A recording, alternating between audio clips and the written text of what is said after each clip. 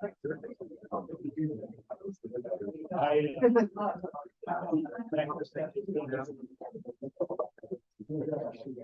afternoon and welcome to the January 26, 2024 meeting at the Rotary Club of Beavercreek. Thanks to our three-headed monster readers. We have Stephanie Cronin, David Brandenburg, and Charles Curran. So if you were not well greeted, that is on you. We thank Eric Marcus, our ticket master. Yes. And oh, I'm sorry. We have our exchange students. You still doing okay? Haven't tried to escape the country? All right, I like it. We thank Beth Handworker for helping set up today, Pete Bales, Mark Weinstein, and Mike Swick for our great programs, and of course Jim Gundel for taking care of our website. I would invite Denny Jarvie to come forward for an invitation.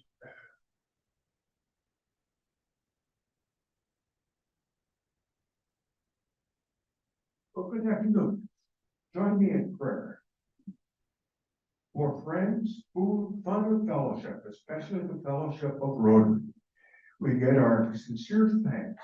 May these tokens of your bounty nourish our physical bodies in preparation for the challenges that are ours in Rotary.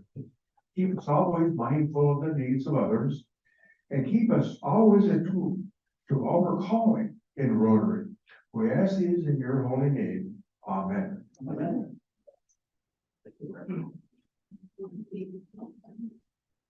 All right, Joe Jenkins, what's the secretary's report, sir? Today, we have numerous guests. Paul Elodie is from the Rotary and Beavercreek. He's here today. Rick has a couple guests.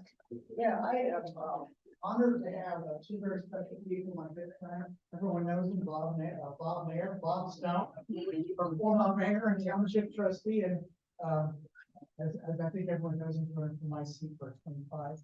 And better than that, I have my lovely wife back. Hi, welcome. Rebecca. Shannon has a couple guests. Shannon. I have Brianna and Abby with me today. I'm super glad that last night was the start of RILA.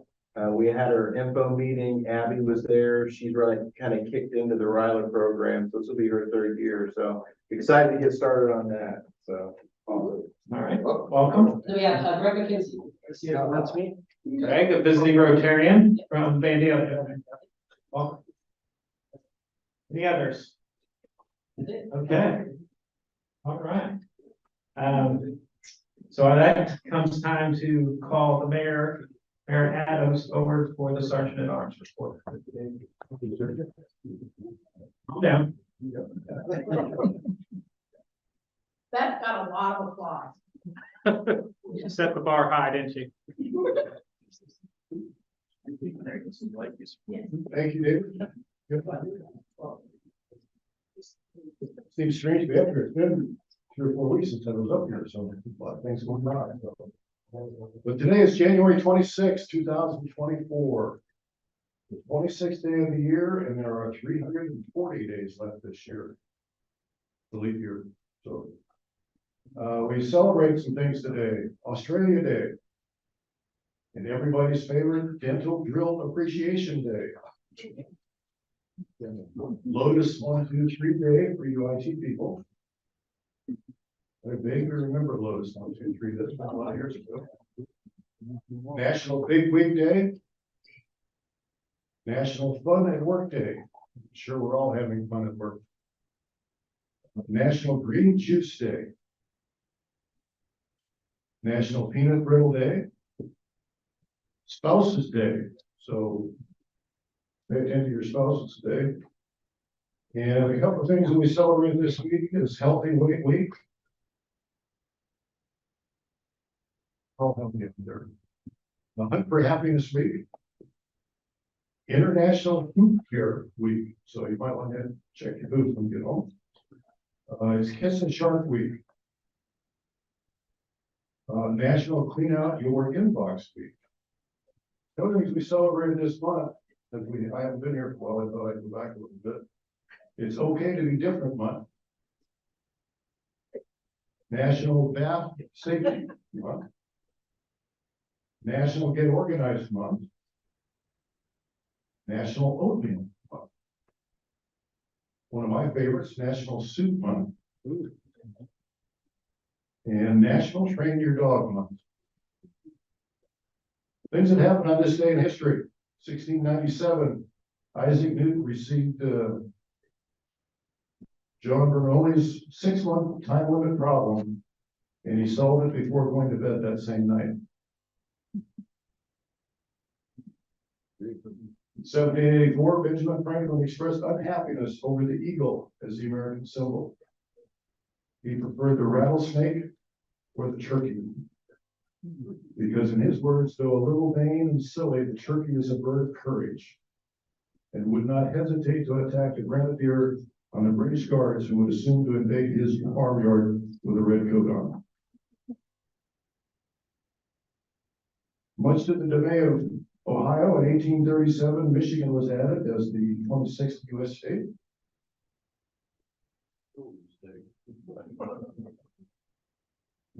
In 1838, Tennessee enacted the first prohibition of the United States. That's probably why there's so many moonshiners in Tennessee. In 1871, I wish this would have stuck, Lincoln's U.S. income tax was repealed. But in 1909, the 16th Amendment was passed, and that set the income tax system that we use today. In 1875, the electric demo field was patented by George F. Green. In 1949, WHIO TV started broadcasting, Channel 7. And yeah, they still are.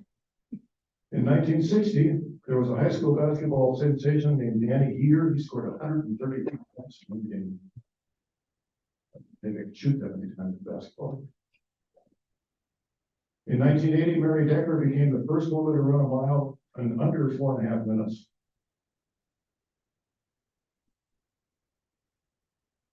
And then in 2020, LA Lakers basketball legend Kobe Bryant was killed in a helicopter crash. Since I've not been here for a couple of weeks, I thought I'd go back in a month and see what we have as far as in the district or in the club. We had a birthday on January 11th, it was Paul Medina.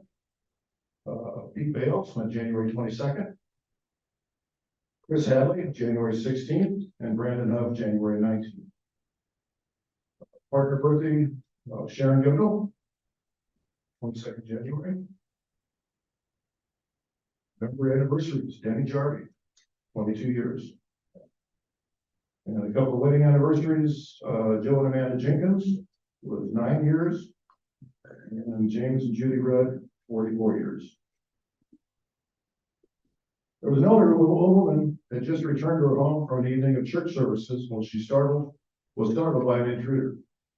She caught the man in the act of robbing her home of its valuables and yelled, "Stop!" Acts 2:38. That means that's repent and be baptized in the name of Jesus Christ so that your sins may be forgiven. The burglar stopped in his tracks. The woman calmly called the police to explain what she had done. "Why did you just stand there? All the lady did was yell scripture at you." "Scripture," the burglar said. "She said she had an axe and 238s.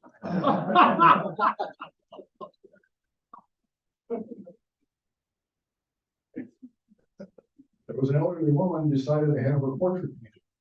She told the artist, "Paint me with diamond earrings, a diamond necklace, emerald bracelets, and a ruby brooch, and a gold Rolex." "But you're not wearing any of those things," replied the artist. "I know," she said. "It's in case I should die before my husband, and I'm sure he will remarry right away. And I want his new wife going crazy looking for the jewelry."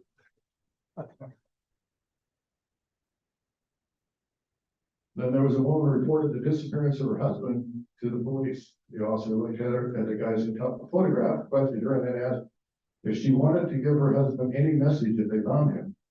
She said, "Yes," she replied. "Please tell him mother did not come after all."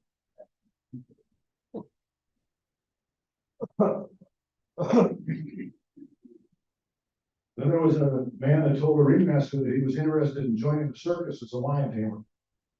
The ringmaster asked if he had any experience. The man said, "Well, yes, my father was one of the most famous lion tamers in the world, and he taught me everything he knew." "Really?" said the ringmaster. "Did he teach you how to make the lion jump through a flaming hoop?" "Yes, he did," the man replied. And did he teach you how to have 6 lines perform a pyramid? Yes, he did, the man replied. And have you ever stuck your head in a lion's mouth? Just once, the man replied. The ringmaster asked, why only once? The man said, I was looking for my father.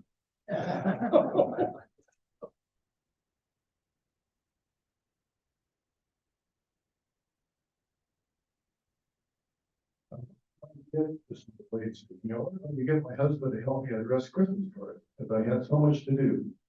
I arranged everything we needed and hopefully pulled up a chair and said, come on, dear, let's get these out of the way.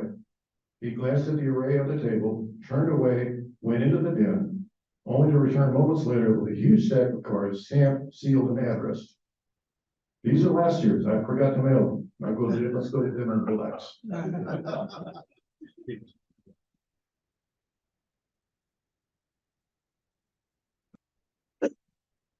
Mother and father would read a bedtime story of a king to their 5-year-old son. As the story concludes, the son says, Mom, I also want 5 wives. One will cook, one will sing, and one will bathe me. And Mom said, and one will put you to sleep. No, Mom, I will sleep with you. Mom's eyes filled up with tears. God bless you, son. Mom continues, but who will sleep with your 5 wives? Son, let Daddy sleep with them. Daddy's eyes filled up with tears. God bless you, son.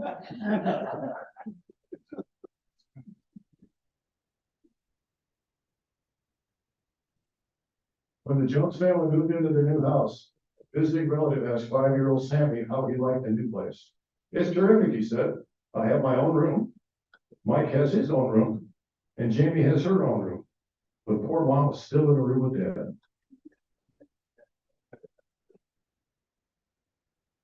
The church members were gathered at a river for a baptism. Along came an intoxicated man who asked what was happening. The preacher asked the man if he wanted to find Jesus. The man replied, yes. So the preacher dunked him in the water. When he came up, the preacher asked him if he had found Jesus. The man replied, no. The preacher was flabbergasted and dunked the man under again for a little bit longer this time. When he pulled the man up, the preacher asked him again, did you find Jesus? The intoxicated man replied, no. The preacher decided to try again and held the man under longer this time until he started to blow bubbles.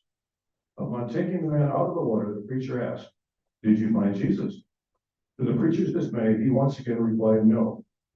The drunken man said, can I ask you a question before you dunk me again? Yes, replied the preacher. Are you sure this is where he fell in?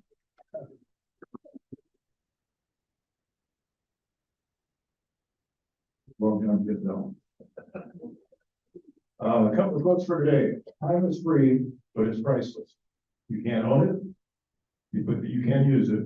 You can't keep it, but you can spend it. But once you've lost it, you never get it back. And be at war with your vices, at peace with your neighbors, and let every year find you a better person. Today's fines. If you have a spouse, that's $1. We got to make up for the lost time. If you have been to the dentist and heard a drill, that's $1. If you've ever eaten peanut brittle, that's $1. If you ever tried to train a dog, that's $1. If you've ever eaten oatmeal, that's $1. And if you're not wearing your rotary pin, that's $1. Hey. Thank you, Don. Although there won't be any money for Happy Bucks. Eric Marcus. Well, I have a plethora of happy bucks. The first happy buck is that I'm so proud that if I'm not at the meeting, you don't hold it. Yeah, that's what I thought. We did have meeting. But I was in Cuba last week, and all of us should be really thankful that we live in a free country, whether or not the elections are rigged. Because there, the elections aren't rigged. They're straight up. There's one candidate, you vote. Not a free country. But it's beautiful. I had a great time. I learned a lot about Cuban people. In the country, there's no gasoline. They use horse-drawn carts or motorcycles with 25cc motors on them that can go about 20 miles an hour, and we always have to go around them in our van. So be thankful for what we got. And it was a great trip. If anybody's interested in seeing my pictures, go to my Facebook page. Great. I've got them all posted, and there are more trips going up. I belong to an e-club out of Minneapolis called the E-Club of Global Travelers, and they are organizing more trips to Cuba. I went nonstop out of, I went Cincinnati, Miami, Cuba. So on American Airlines. So it's like you can go on real airplanes and all that. Thank you, sir. Other happy bucks for those who still have bucks. 70. All right. Working on our what is that word? Vocabulary. What else we got? Other happy bucks. Yes, sir. Again, I already mentioned, the Riley kickoff. If anyone in this room knows a high school junior, let me know. We're trying to get together our students that are gonna go to Riley this year. Great experience for your kids, grandkids, neighbors' kids. We'd like for them to be from Beavercreek. They could be homeschooled, or any of the school systems in Beavercreek. So, just let me know. I've already got 3 of the 4 slots filled, so we're looking for at least 1 more. So, thank you. Awesome. Okay. Yes, Mr. Curran. Got a happy buck here. Veterans and friends of veterans are invited to attend. Donuts and coffee will be served 8:30 a.m. Miami County Veteran Services, one of our own. That's Jarvis topic, development of the stealth bomber. That'll be on February 7th at 9 a.m.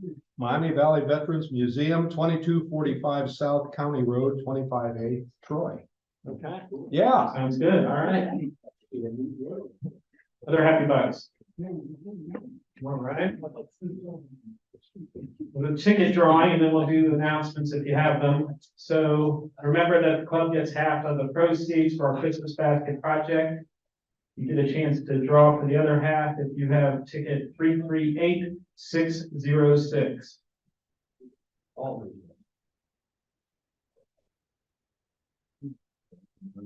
338606. Got it. Okay, I will have rigged elections. All right, that sounds like a joker to me, though. I'll have more money. We know hearts we're looking for. Yay. Yeah, all right. Okay, so who has any announcements first? That's easy. For those of you on the board, our meeting is going to be next week following our regular Rotary meeting.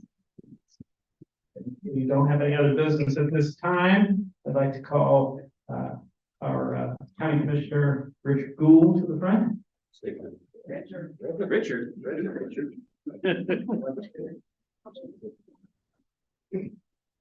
Thank you, sir. Thank you. I brought my arm candy, as he calls himself, Brandon Huddleston, our administrator. That's the suspect, but I'm just telling you what he said. So this is a photo we had taken in front of the courthouse, and I don't remember the reason for it, but there was a reason at the time. We're looking at the Veterans Memorial location. Okay, how does this work? Oh, that was Eric. You Never push mind. the button. I was pushing the button and things were moving. Let me see. Did you turn it on? Well,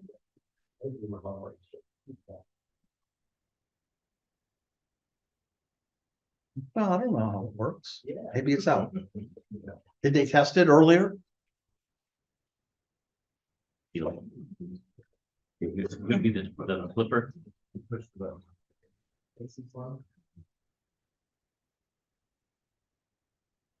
Want to go to the next slide? Is that what you're trying to Yes. tell me? Yeah, this was what we were looking for, the site for the Greene County Veterans Memorial at the courthouse, and it's going to be on Is this the one you want? south side. For those that don't know, the 3 commissioners, myself, Tom Kugler, and Rick Corrales, another club member. And again, Brandon Huddleston, our administrator, who tends to keep us out of trouble. Next, one more. So the first thing we'll talk about is our ARPA grants, ARPA allocation, actually. We got $33 million from ARPA. It has to be appropriated by December 31st of this year and has to be spent by December 31st of 26. First thing we did, we spent $9.6 million with Alta Fiber to bring fiber to the door to 9,600 homes, basically out in the country, that it was uneconomically feasible for a private company to bring them there. And we went through an RFP, and I think we received nine bids, and we interviewed the final 3, and they were the best one.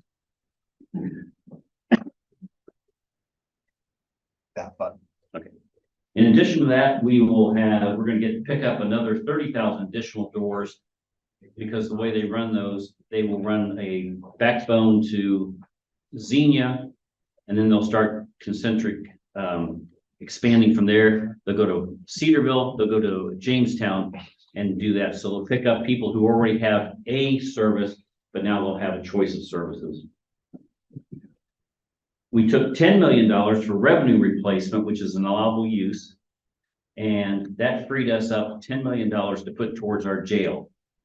The ARPA funds were directly prohibited from being used for a correctional facility, but they did allow for us to supplement our general fund. So we supplemented the general fund and then used the general fund to supplement the jail, the government. Laundry money. We created a $1 million nonprofit grant program. So we gave grants of $25,000 each throughout the county. We partnered with Fairborn on that. So we were able to allocate $1 million to nonprofits, and it was just about anybody that applied got the funds, as long as they met the criteria of being a 501c3 and whatever the additional ARPA criteria was. We didn't pick and choose. We gave a lot of organizations a lot more money than that. We gave Fish Pantry a large donation. The Emerge Center, if you're all familiar with the Emerge Center, we gave them $1 million. Bridges of Hope got $374,000. Family Violence Prevention Center, or Family Violence Free Futures, we've already given $500,000, and there's more to come on that, as long as they speed it up. So we have to get this by 24. And the library, we were able to supplement their refinishing of the Xenia branch. That they ran into the same problem we ran into in the jail. The cost of what you think it's going to cost essentially doubled because of the inflationary aspect of it.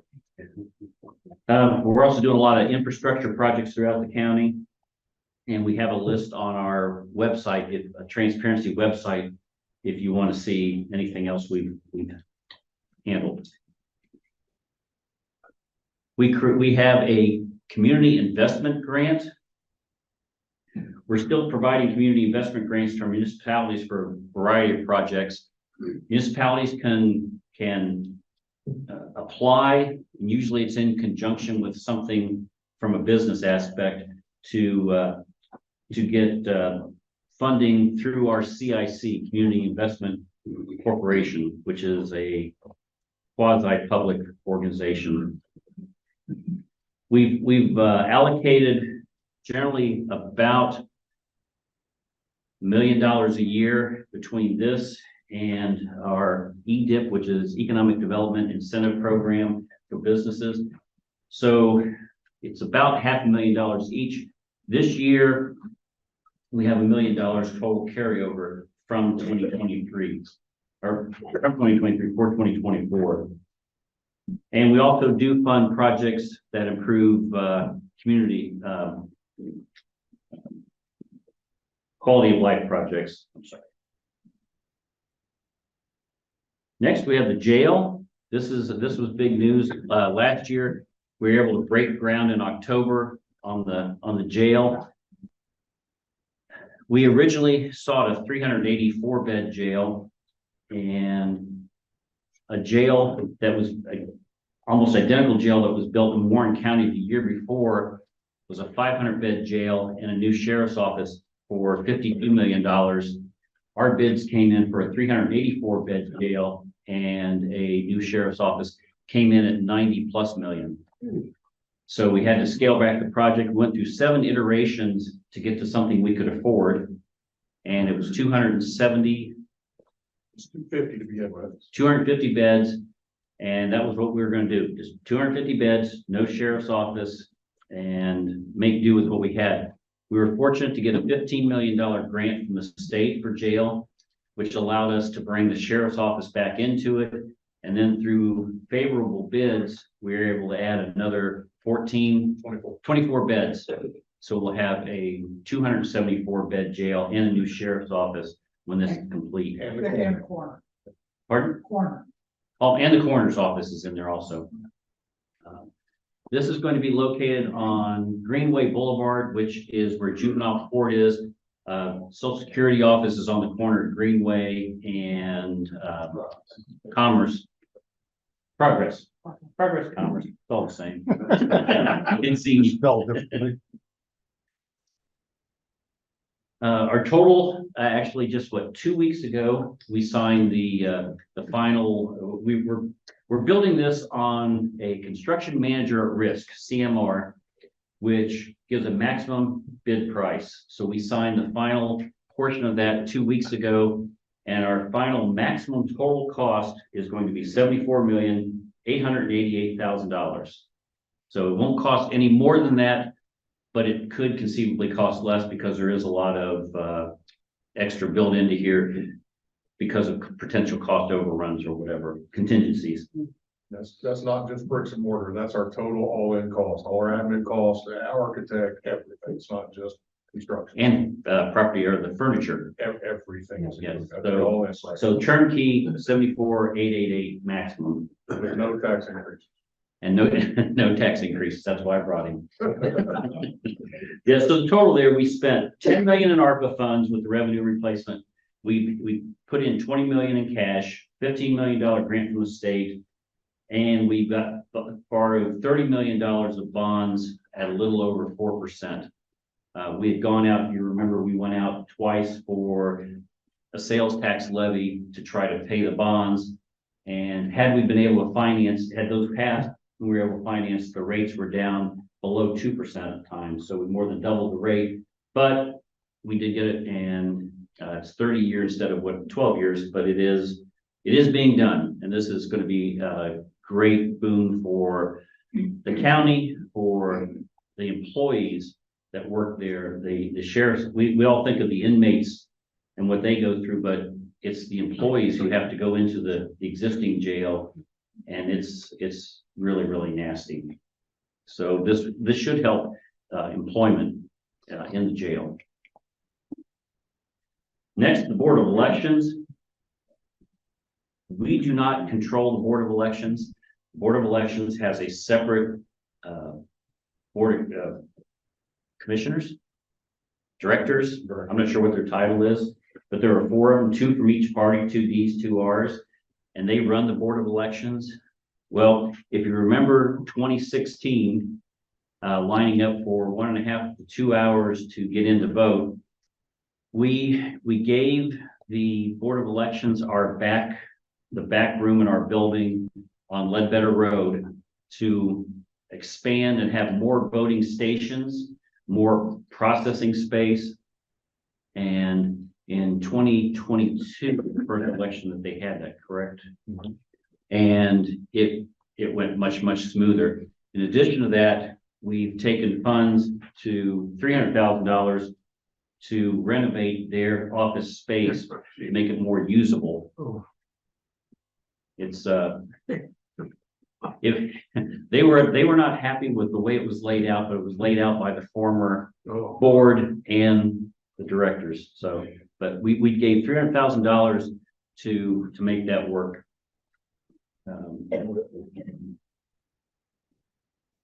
2024 budget, we just completed that. Well, we completed it about the 3rd week of November. I think we approved that for this 2024. And I think we came in just under 62 million. that's our general fund budget. We're able to maintain our current staffing and service levels. We are seeing a slight growth in sales tax revenue. We used to see about 6%. Last year, we saw 2.9. So kind of an indicator that the economy is slowing. For us, we see it before a lot of the other people see it because that's where our numbers come from. We get monthly updates. And so it's decreasing. So prepare for that. The flip side though, because interest rates went from near zero to a whopping 5% in the investment market, our investment income is up substantially. So it did offset some of the decrease in revenues. The treasurer's office, when I was treasurer, I think we had a total portfolio of about 170 to 200 million. And that is, a lot of those funds are funds that are flowing through. They're coming in and going out, but we are able to maintain that balance because we can set it out there and we can invest in it and get very secure investments, but a nice return. Our budget projections show us current stable through 2024 and beyond. Staffing, as this is everybody's big problem right now. We have a big focus on recruitment and retention. And as to try to keep people working, we are implementing an optional flexible schedule opportunities. So employees that have the ability based on what their job is to work from home, they have the option in their departments, if it's allowable, that they can get different schedules so that they can cut the time that they actually have to come to the office. We gave a 3% cost of living across the board cost of living pay raise to the employees. And we'll evaluate that at mid-year to see if that is adequate. We were way behind. We did a study 2 years ago. That was 18. 18, and we were substantially behind. But in 2020, we actually gave the lower paid people, I think under $17 an hour, got a 10% pay raise to try to catch them up to compete with McDonald's and Wendy's. Sadly, but that's where we are in this environment. Under the commissioners, first of all, everybody understands that none of the other elected officials work for the commissioners.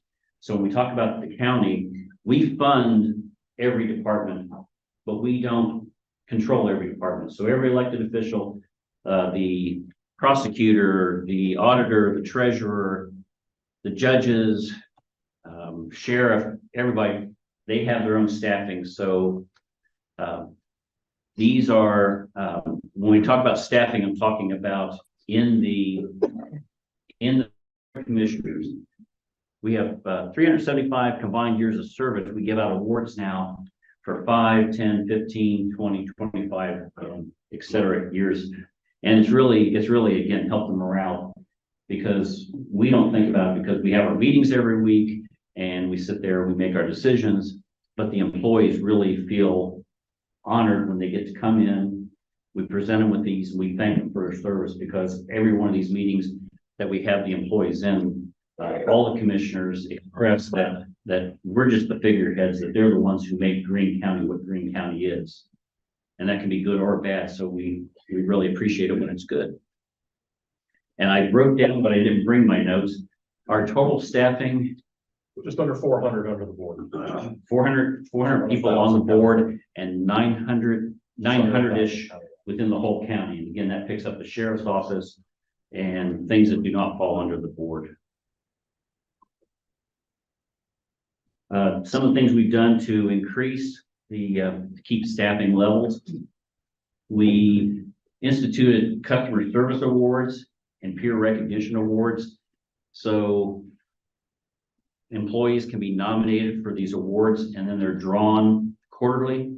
And then the winners get a gift card and they get a commendation in the commissioner's office during one of our meetings, get recognition in that.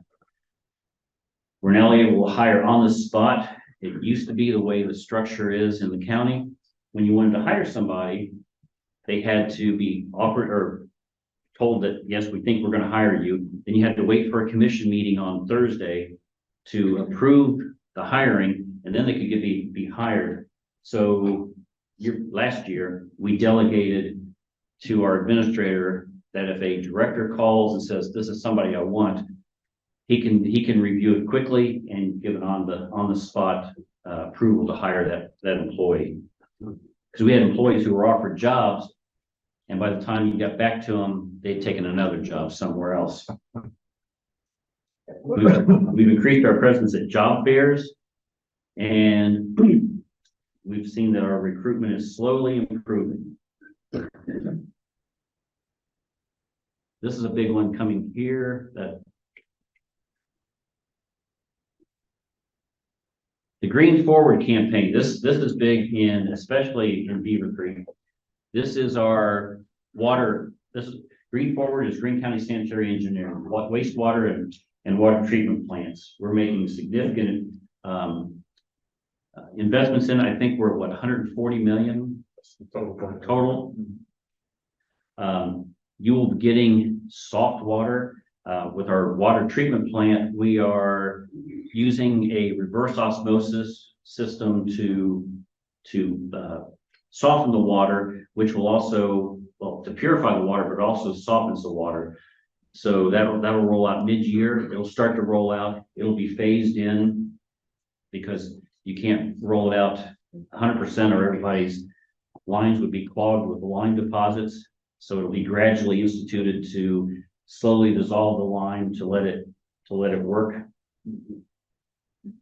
Dick, Brandon, say something about if you already have a water softener. Oh, yeah, if you got a water softener and you're sick of carrying those bags, you're gonna be glad. This will not be 0 grains of hardness, but it'll be down to 9. That's the industry standard for municipal softened water. That's what you get if you're in Dayton or Montgomery County. So you can still use your softener. You can polish it from 9 to 0 if you want, but that one bag of salt that's lasting you, 3 or 4 weeks will now last you a year. I mean, so it's the need for water softeners will just about disappear for most people. I would encourage everybody to shut it off, try it at night, see if you like it. If you need to polish it, turn it back on. If not, get rid of that thing and quit carrying bags of salt in your face. Save the bag. I think we're currently just below 30. Right Just around 30, just below 32. 30, so 2/3 reduction in your hardness. It's really a boon for the restaurants that are, dealing with, moving a lot of water through all their fixtures and everything. It's a huge cost to them, huge maintenance, so they're looking forward to it. So as part of this project, some of the other things we're doing besides softening, we are getting independence from the Dayton and Montgomery County connections. Like Mr. Zwick currently is one I know who has Montgomery County water. We are getting off of the Montgomery County. We won't be buying water from Montgomery County anymore. We'll be totally within our system. Our filtration system will filter out any PFAS that's in the water. We don't have any detected in our wells, but if that were to happen, it would be filtered out. We have one new well field with 3 wells. Correct. That will increase our capacity to the capability to go up to 16 million gallons. Right now, we pump 9 million gallons a day.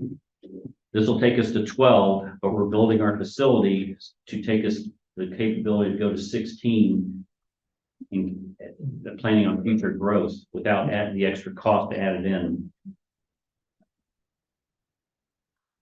We're coming up with a new metering system. The new meter system will be electronic, and you can get an app. So you can set alarms on your app. So as an example, if all of a sudden you want your usage, you want to monitor your usage, if your phone goes off, hey, you've used 100 extra gallons than you normally use, and it's the 3rd day of the month, it means you have a leak somewhere. So this can let you know that ahead of time. Is this different than what we have already? It is. Because right now I get emails. They're out there now. Oh, they are out there. They're out there now, but they're not everybody has them. Okay, phasing it out. Facing it.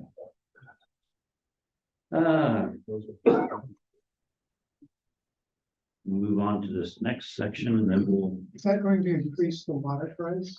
oh, no, actually, on the water, the overall, originally, we were going to be able to, between wastewater and water, it was going to be totally flat.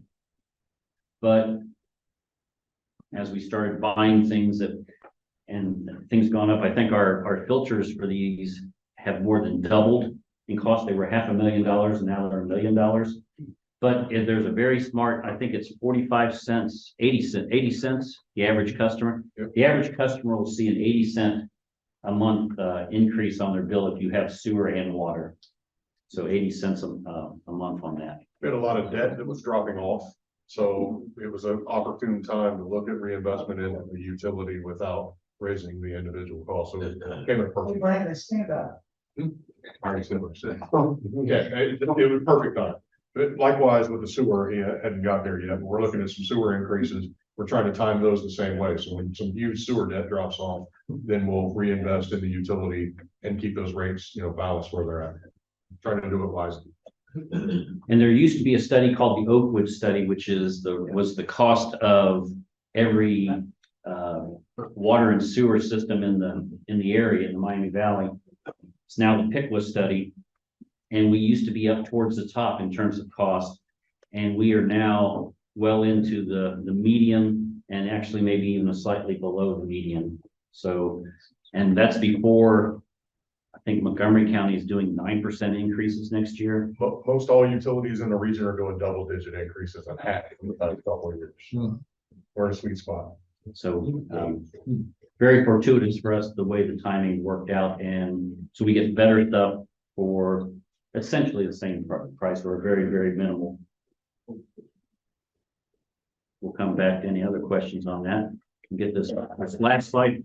Over the years, people, when you have a new need for a new facility, and I say new, a use for a facility, it's like, what buildings do we have? Well, we can put them over here, we can put them over there, we can do this, we can do that. So the commissioners last year used ARPA funds, correct? Was this ARPA? Mhm.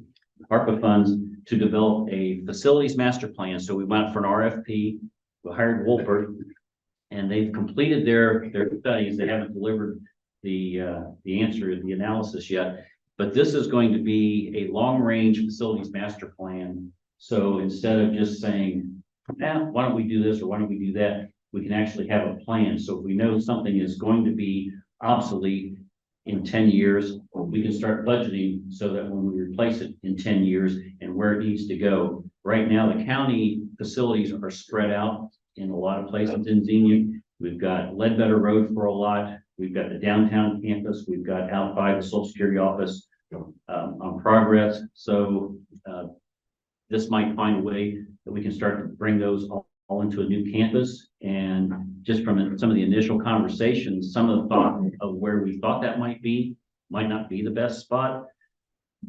I don't think we're going to move to Beavercreek, but I think there'd be a lot of people that would be happy to do that. We can't afford the land over here. The real estate taxes are out. Of those levies. Yeah, it's those levies, right? And Pete tells us the roads are bad. I don't know. But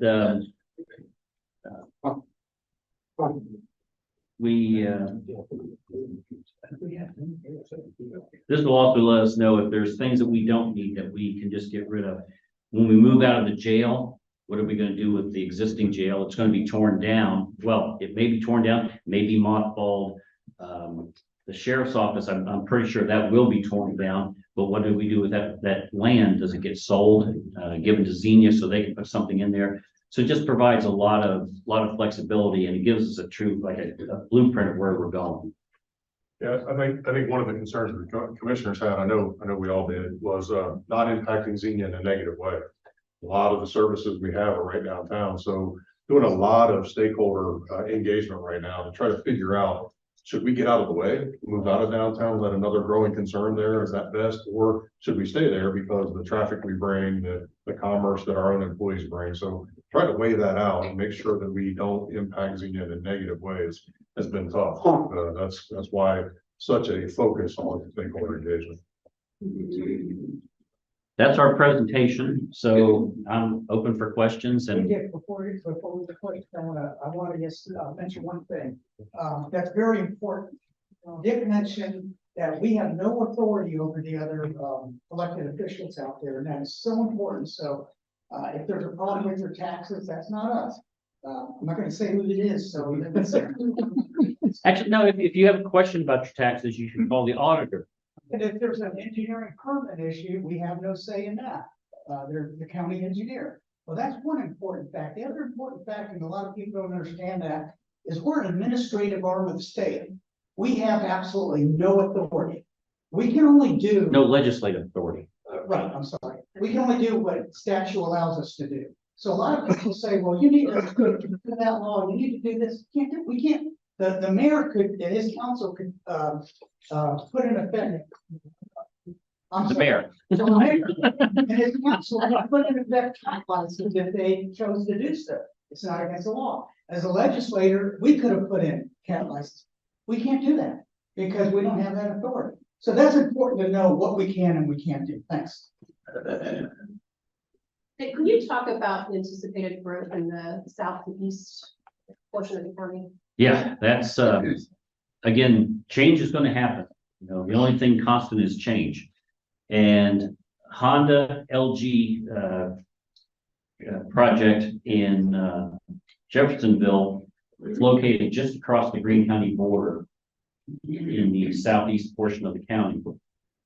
That puts Jamestown about 15 minutes from the facility. And in addition to that, there's a complete industrial park there, which more and more places are going to. Yesterday, we approved an annexation into the village of Jamestown, which hasn't had one. First one in decades. Yeah. First concrete sign on earth with that. And it was about 55 acres, which is going to be developed into housing. And that's, again, more and more growth is going to come out there, just as Beavercreek experienced growth. One of the things that, as commissioners, that we're trying to emphasize to the various townships out there, besides the villages of Jamestown and Cedarville, and even Xenia. Xenia's 20-25 minutes from the facility, is that change is going to come. And I was in a meeting in Columbus, and one of our commissioners from Fairfield County, which is 20 minutes from the Intel facility, he's had meetings with his township officials with that same message. Change is coming. Your choices are, you can have a say in it, or you can let it happen organically. And the option, a lot of the townships don't want growth, they want to maintain their identity, which I get. But they said, would you rather have a development of 100 homes here, or would you rather have 100 5-acre lots down the road everywhere? That because all a farmer would have to do is, I'm going to sell off 50 acres, 10 5-acre lots, and the township has no say over it. So those are the kind of decisions that have to be made. And you're not going to please everybody, but you have to recognize that change is coming. What about the solar issue in the eastern part of, do you see more activity in that area? Well, no, not really. And I chuckle because 3 years ago, Senate Bill 52 was passed, and Senate Bill 52 allowed commissioners to designate areas off limits for solar and wind development. I see. What we chose to do as commissioners was to engage the townships. And we asked the townships, you find out what your people want. And as part of that, we mandated that before we will take any action, that the townships had to have a public meeting to engage people and listen to their concerns. And I think so far, More than half or off limits. yeah, we've got 12 townships, and at least 6 are off limits. Some are impractical. You're not going to have one in Beavercreek. You're not going to have one in Sugar Creek, although Sugar Creek did ask to be excluded, so they're banned. Bath Township came to us initially and said, we're thinking about this. But then the discussions were, well, you've got all the land out there from the quarries. And that land can't be built on, that might be the ideal location for solar. So they chose not to. Miami Township, Yellow Springs. No. Well, initially, there was a lot of, we don't want this. It was surprisingly, it's like, I'm all for solar power as long as it's not in my backyard. There you go. But what they ultimately decided on was the eastern part, the eastern half of their township. And I think it's through South and east of the river for 2 years. for 2 years, and then they're gonna reassess it. But Wow. Cedarville Township, Xenia Township have voted to exclude it, and we've gone along with them. It's excluded. Ross Township, Cedar Creek, I get the list. yeah, there's at least 6 that have said we don't want it, and it's forbidden in there. Now, per Bill 52, it doesn't prevent the project that was originally proposed up there. They lost in court, but they've appealed. Oh. And now what I was sitting at the Supreme Court. it's sitting in the Supreme Court, but they've also looking at, there's a 50 megawatts power limit. Below that, it comes to the townships. And so they're now proposing a lot of companies are trying to come in at under 50 at 49 megawatts, so that they can just bypass some of these. That does subject them to local zoning though. If they come in at below 50, over 50, the locals have no control. So there's one, Samsung's bringing a 49 or 50 megawatt product to Xenia Township. And the township zoning, Alan Stock and the township trustees are all over it. So they're, bringing it in with their constraints that, what they think is necessary to keep it safe. So at least there's some say so at the local level. The problem, at least from my standpoint, is when I voted on these, with the one Kingwood, so many of the panels were right up almost as close as they could be to the property lines surrounding, I know one house had them on 3 sides and across the street. And it was legal, and I think it was a 25-yard setback at that time. And the farmers who did put it in, I think there were 17 who had property in, had leased to Kingwood. And some of their argument, and it's very valid, is, hey, it's our personal property rights, but at the same time, you're kind of infringing on others. And what I found unique in that is, you would have a farmer who had all this acreage, and here's where their homestead was, and over here is where all the solar was. I did meet one farmer who had them around his, and I gave him kudos. I said, because if you're willing, then I think you should be able to do that. So did I get enough of your answer? Do you know what it costs to tap into the city water? To the, well, You have, well, Yeah, so it depends. So we are a pay-as-you-grow utility. So it depends on how close you are. We have a system, we'll come out, talk to the neighbor, and give you a price, an estimate on what it's gonna cost. We do it all the time. Not one time have we been taken up on it, because it could be, $10, $20, $30,000, depending on, how far you are from our water line. do you have a water line in front of your place or whatever? well, I'm connected to water, but I'm just curious, 'cause I know some people. that I don't can like look it. at well water, and I asked him. Now, you might see, yours might just be the connection, you're on Fairfield. If there's water right in front of your house, then it's just our tap fee and our connection fee, which is. Minimal. Well, it's not minimal, I mean, it's still significant, but a couple thousand. Well, it's great for water. It is, absolutely. It's probably a better one. Right.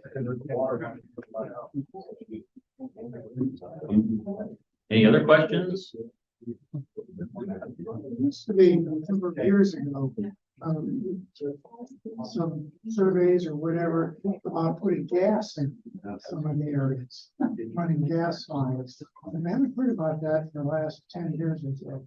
Has anybody ever looked at that? Well, we have nothing to say about that. That's all veteran, Oh, it's okay, it's all- but, or center point now, I guess. But that's a big drive throughout the state because, again, same thing, it costs a lot to put your, Yeah, to move the gas there. There are places up in Union County and in that area close to the Honda facility that they have big developable areas with no gas lines. And the commissioners up there are lobbying, say, hey, bring us gas and we can bring the development. And then also in Southeast Ohio. So it's those are kind of that, the residential stuff is the small part. Yeah. But it's all center point, is who is in charge of that. We have no say at all in that. Anybody else? Very good. Yeah.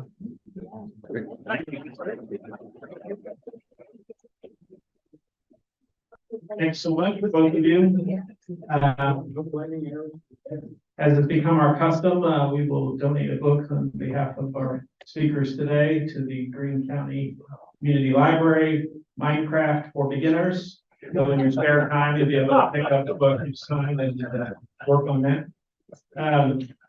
So in my slide presentation here that was going while you were sitting, I had Brandon Huff as our next week's program, but actually we got Ryan Rushing to do State of the Township next week. That was eliminated or pushed back when we had our snow day last week.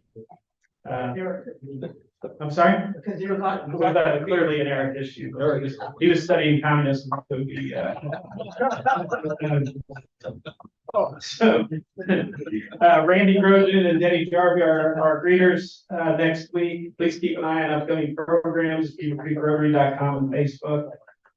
As we rise for the pledge, does anybody have anything else for the good of the club? All right, maybe bring it out to the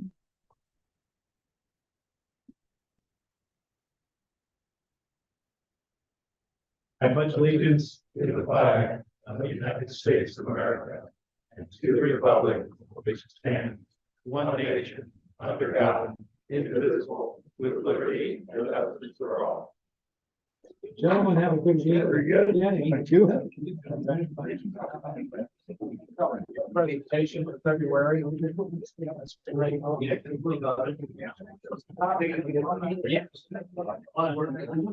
Yeah. There you go, sir.